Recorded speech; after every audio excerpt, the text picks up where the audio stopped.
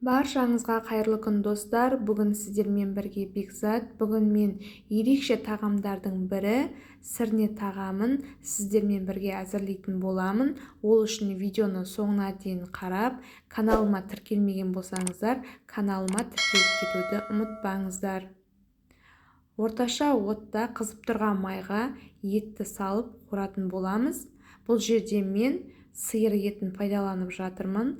Қойдың етімен жасасаңыздар да өте керемет дәмді болып шығады.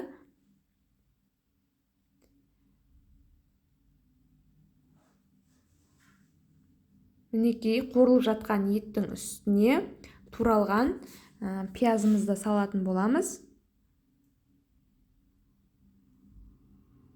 Осылайша екеуін араластырып қуыратын боламыз. Мінекей, қуырылып жатқан еттің үстіне дәміне қарай тұз саламыз. Одан кейін 1-2 лавр жапырағын, одан кейін қасықтың ұшымен қара бұрыш және де паприка қосамыз. Паприка керемет дәм береді, сондықтан паприканы қосқан дұрыс.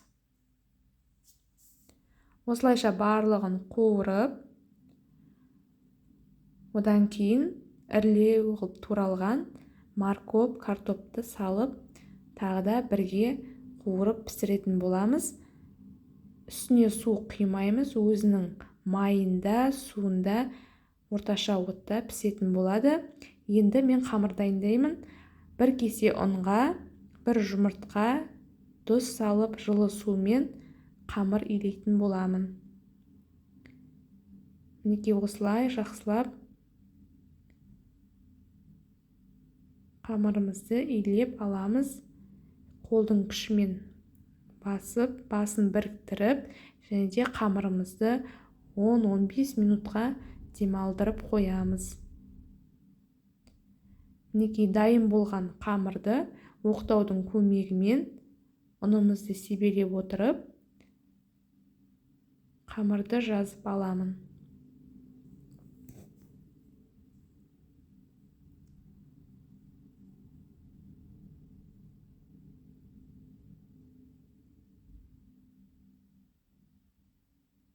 Мінекей, дайын болды қамыр. Осылай қылып, енді бетіне май құямыз. Одан кейін майды бетіне тегістеп жабып шығамыз. Пышақпен немесе осындай хлорс кесетін кеспемен пайдалануға болады. Ортасынан тағы да бір бөліп, мен салмасына морков және де пиязымды араластырып, осылай салып шықтым. Мінекей, осылай жиегінен қайырып, бір шетінен орап отырамыз.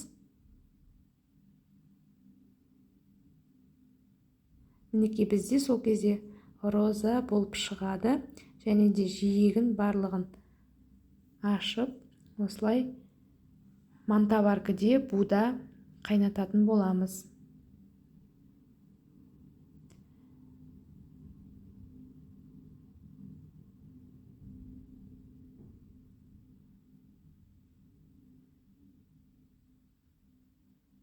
Мінекей, қамырдың шетінен қайырып, бір шетінен орап отырып, осындай әдемі гүл қылып шығарамыз. Және де жиектерін дұрыстап. Мінекей, барлығын осылай дайындап шығып, осылай мантаваркының астына салып қайнататын боламыз.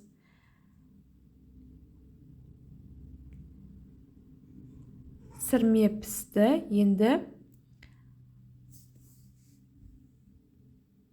барлығын тарелкаға орналастырып салып аламын.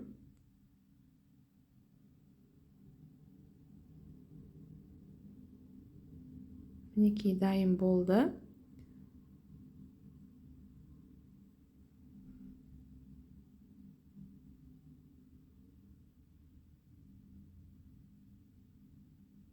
өте тез үйдегі бар затпен жасалатын керемет тағам. Сондықтан сіздер де жасап қараңыздар, отбасыларыңызды, үй іштеріңізді қуантыңыздар. Енді дайын болған сырненің үстіне мен қазір көк жуаны себелейтін боламын, сөйтіп отбасыма ұсынамын.